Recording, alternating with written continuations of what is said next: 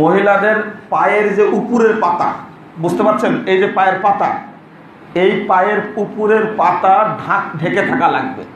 পুরো শরীর সহ পায়ের পাতা পর্যন্ত ঢেকে সালাত আদায় করতে হবে। কথা কি বুঝতে পারছেন? এই জিনিসটাই কেউ করে না। অনেকেই পায়জামা পরে সালাত আদায় করে, কিন্তু মানে টাকনু থেকে নিয়ে পায়ের উপরের পাতা কি থাকে? ফাঁকা থাকে।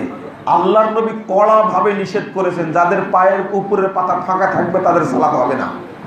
এর একটি হলো যে পায়ের পাতা ঢাকতে হবে, কথা কেউ বলেন না। পায়ের উপরি অংশ যেটা, এটা ঢাকতে হবে, অর্থাৎ পায়ের পাতা বলতে পাতার উপরের অংশ, এটা ঢাকতে হবে। পাতা বলতে তলা ঢাকতে হবে না। তলা ঢাকার ব্যাপারে কারোরই কোনো বাধ্যতামূলক কেউ বলেন নাই, তবে পাতা ঢাকতে হবে, এটা অনেকেই বলেছেন। আবার আরেকটি মত হলো যে না, পায়ের গিরা পর্যন্ত ঢাকলেই হবে, পাতা না ঢাকলেও চলবে।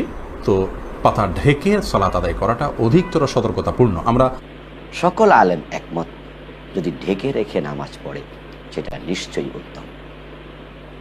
এখন পায়ের গোড়ালি ঢেকে রাখার ব্যাপারে যারা কথা বলেছেন যে ঢেকে রাখাই আওরাত সতর, আপনাকে সালাতের মধ্যে পায়ের পাতা ঢাকতে হবে। যেটা প্রশ্ন করেছেন সত্য, পায়ের পাতা ঢেকে রাখতে হবে। না, চেয়ারে বসে পড়লে তো সালোয়ার আবৃত হয়ে যাওয়ার কথা না, ঢাকাতে হবে। আপনি একটু সালোয়ারটা বড় করবেন, এটা তো আরো সহজ ব্যাপার। আপনি সালোয়ারটা একটু বড় করে বানাবেন, তাহলে আর আপনার ম্যাক্সি লাগবে না, আপনার পাতা সহ সালোয়ারটা ঢেকে গেল। কারণ রাসূলুল্লাহ সাল্লাল্লাহু আলাইহি ওয়াসাল্লাম মেয়েদের হাতের কবজি খুলতে বলেছেন, মুখ খুলতে বলেছেন, অনুমতি দিয়েছেন, কিন্তু পা খুলতে অনুমতি দিয়েছেন এটা কোনো হাদিস মূলত নেই। মেয়েরা সালাতের সময় পায়ের পাতা ঢাকতে হবে।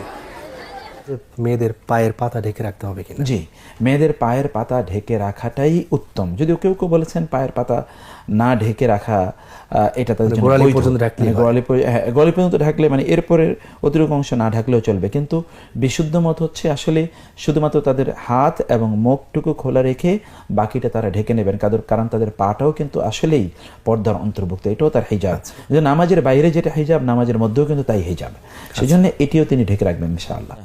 নবী সাল্লাল্লাহু আলাইহি সাল্লামকে প্রশ্ন করা হয়েছিল, মহিলারা কি কামিজ পরে সালাত পড়বে? তিনি বলেন হ্যাঁ, কামিজ পরে সালাত পড়তে পারবে যখন কামিজগুলো এতটা পরিপূর্ণ হয় যে তাদের পায়ের পাতাগুলো ঢেকে দেবে, তাহলে ওই কামিজ পরে সালাত পড়তে পারবে। এখন যদি কামিজ ওরকম না হয়, অতটা পায়ের পাতা ঢাকা পর্যন্ত যায় না, তাহলে পাকে মোজা দিয়ে ঢাকতে পারেন, হ্যাঁ, সেটা সমস্যা নেই।